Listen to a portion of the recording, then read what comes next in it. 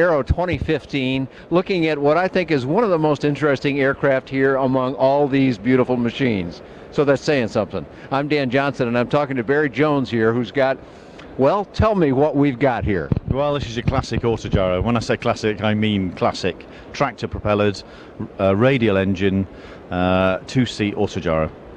But it's not an old-fashioned airplane because it's a composite, and you have this radical thing I wanted to call a mast earlier, and you call it a fin, so we'll go with your term. It's your airplane. Tell me where the concept originally came from, Barry. Yeah, I tried an expedition back in 2004 to fly an Autogyro around the world, of which I used a Magni, and unfortunately I lost the aircraft in a monsoon in eastern India. But I learned a lot about flying Autogyros there doing that, and I had time to sit down and draw concepts of aircraft, and I wanted a British aircraft because everybody else was making them and we weren't. So this is what I came up with. It's the tractor prop does give you a slight advantage in that it's nice clean air into the engine, gives you that classic look, which I really enjoy, and then the fin, or the mast as you call it, that gives so much better visibility out the front by the cantilever system that we've got here. Yeah, oftentimes this construction involves something that has the struts going forward, and they look a little bit like a biplane with things all around the pilot, and it's obvious here you've got, I mean, if you look directly up, you got a little bit of blockage, but almost none. But let's go back up a little bit here. Auto-Gyro is a generic term that means this kind of engine in front type of gyro. There is a German brand, very successful, with Auto-Gyros that have the engine in the back, and they do a nice job too, and they're selling a lot of them. But this is a different animal. Now, I have to go back to this point a little bit because it was fascinating in the earlier interview when you said, how did you come up with this idea? And I want you to do that again because that was charming and fun. Thanks, Dan. Okay, so I knew that I wanted a tractor prop, so I drew on the tractor prop. I knew where the pilot should sit, I knew where the center of gravity should be, but I hadn't quite put together the whole design. And then one day my son came home from school, and he had a cardboard parrot that he'd cut out, and it was balanced on his finger, and all the weight was on one side, but the tail hooked underneath, and he had a coin stuck to it. And from that concept, there was that eureka moment, and this was born. That's a fascinating story about, you know, the technical complexity that goes into this. How old was your son at the time? He was 6. He was 6, so a 6-year-old designed your airplane for you. At least the essential part of it that makes it terribly distinctive. Now, that's not quite honest because the composite fuselage is also an important part of that, but powered by a radial engine. What drove you to join those two somewhat disparate concepts together? Yeah, the radial engine, I think, evokes a passion in most of us who have seen aviation as we grow up through the years, and all the books we've seen as a child, it's got radial engined aircraft. So I think when we see that at this age, it talks to us. There's something a bit personal about it, and the sound it speaks to you. When I found the Rotec from Australia, I got in touch with Paul, and the whole team were absolutely fantastic in the support, and that set the size of the aircraft then. If you combine that with modern technology, and EPM technology in Derby helped me there, we took F1 carbon fiber technology to create a crash cell in effect, and a carbon beam that runs up inside the fin, and that's how we managed to get the weight category for an aircraft this size. And so let's talk a little bit about the dimensions of the aircraft, specifically weight and things like that, and what class it will fly in, and how that part works, Barry. Okay, well, she's designed for the UK B-Car Section T. Now that can go up to 600 kilos, but most of Europe is at 560, so that's where we will remain. The blades, though, I've made the blades specifically broader than the standard sport Autogyros that are very successful, but I'm more interested in the very short takeoff.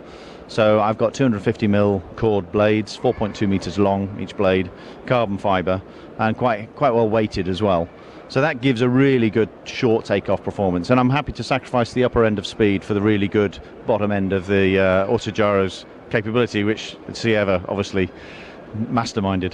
Well, it's obvious that these are not airplanes meant to go terribly fast. I mean, first of all, it's open cockpit. Yeah. I'm an old ultralight pilot, and so I love open cockpit, but so do a lot of other people, in the style of it with the leather bordering and whatnot. All very fascinating, but put the numbers that you just gave us into context for a conventional gyro and what that does for them differently than what it does for you. Their blades are much thinner. I mean, I can see that obviously. So talk a little bit about that, Barry. Yeah, okay, so thinner blades and lighter blades also have a slightly higher rotational speed, and it gives you a better cruise speed. So these smaller Autogyros that you've seen on the market today, all beautifully made, I'm a fan of them all actually, they do give you quite a good cruise speed. This sort of aircraft, you know, this is like owning a Tiger Moth. It's for pleasure, it's for leisure. It's not trying to be a helicopter, it's not a surveillance platform, it's just a good Autogyro.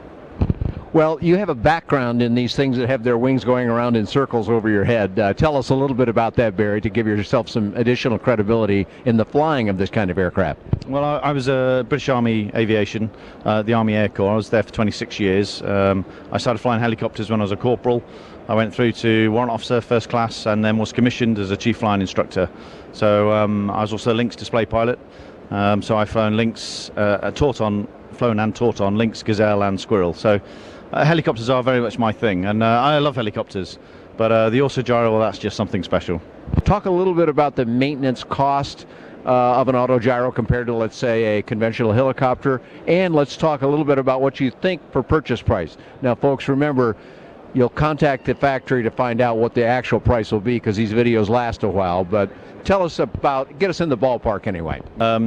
So I think there are some well-costed helicopters out there, but the maintenance is where it really comes in, and quite right. Helicopters are complex machines and they should be well maintained to keep you safe.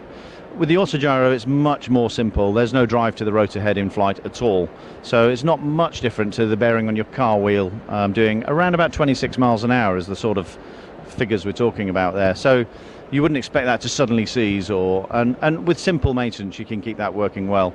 With carbon fibre as well, in particular, that's got an incredible life on it. There is some NDT work to be done to make sure there's no hidden cracks. NDT work, explain that. Non-destructive testing, X-raying in effect, for aircraft, which you use on larger aircraft as well. But that will give you, well, it's not a lifed item, unlike a helicopter, so it's on inspection.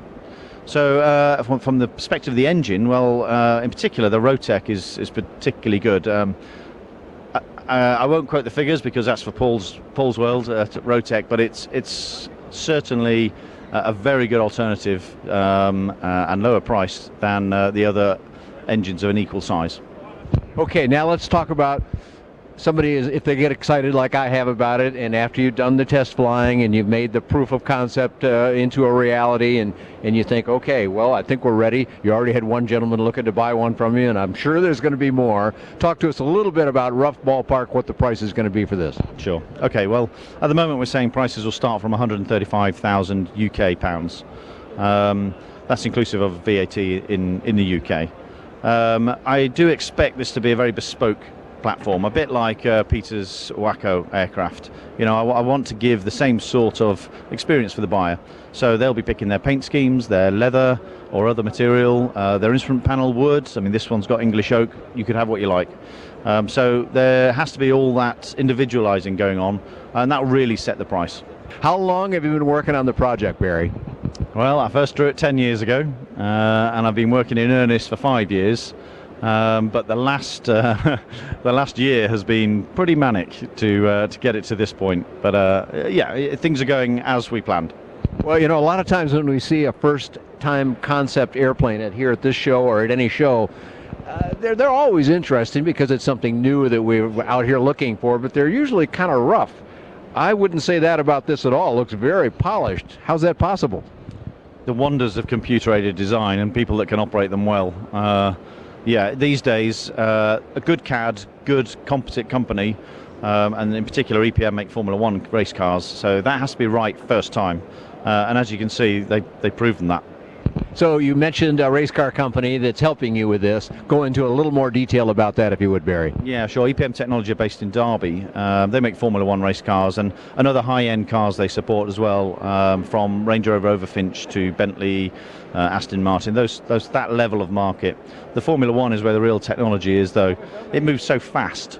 Not just the cars, but the actual technology, and the demand for the change in a design is days, and they can react so quickly. So they need CNC machines, lots of them, lots of autoclaves. It's a big setup, as big as this hangar, and I've been staggered at the speed they have been able to put this together for us. So how did you even get their interest? Did they have a personal interest, or how'd that go? Yeah, well, Graham Holland is the managing director of EPM Technology, and he's going into the aerospace environment. So this was an ideal project, and his business is based right next to Rolls-Royce in Derby as well. So you can see the synergies starting to build there. So starting at this end of the market, and very quickly will be up with the ASA in the composite world. So you can see that it was clearly a good business decision to come in with this anyway, and plus. Well, I guess I can sell it okay. Well, I guess so.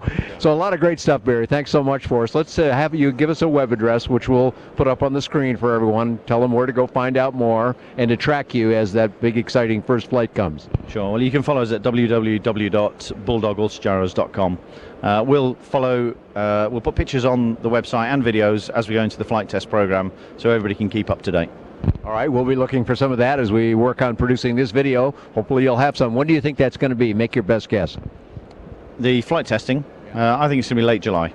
Late July. So just about Oshkosh time, you'll be putting it in the air, and we'll be paying attention. And we're here at Aero 15. I'm Dan Johnson. It's been my pleasure to have a look at a very exciting airplane today. Thanks, Dan. Great.